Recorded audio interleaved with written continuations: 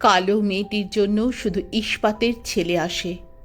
মা বাবা বন্ধু সমেত প্রতিটি অঙ্গ প্রত্যঙ্গ লোভাতুর চোখে পরক করে। কতিপয় মদ্যপ যেন নিত্যপটীয়সী দেখে গরিব পানশালায়।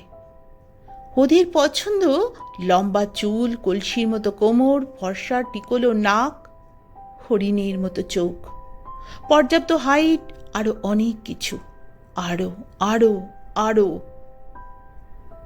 কালো মেয়েটির জন্য ইস্পাতের ছেলেরা কইয়ের তেলে কই ভাজতে চায়।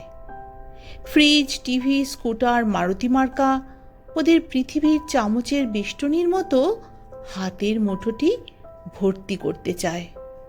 আর চায় রন্ধন প্রণালী জানা একটি মাংসের চাঁদ।